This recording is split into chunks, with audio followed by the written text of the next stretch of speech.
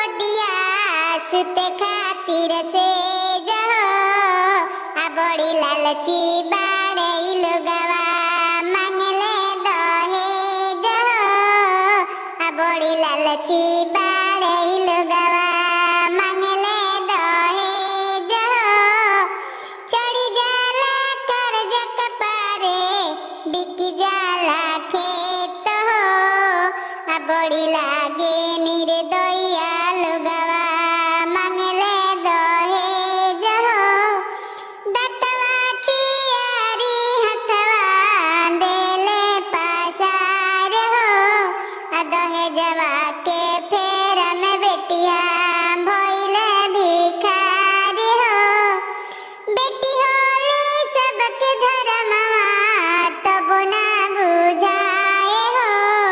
आ लोग अपना बेटक बेचे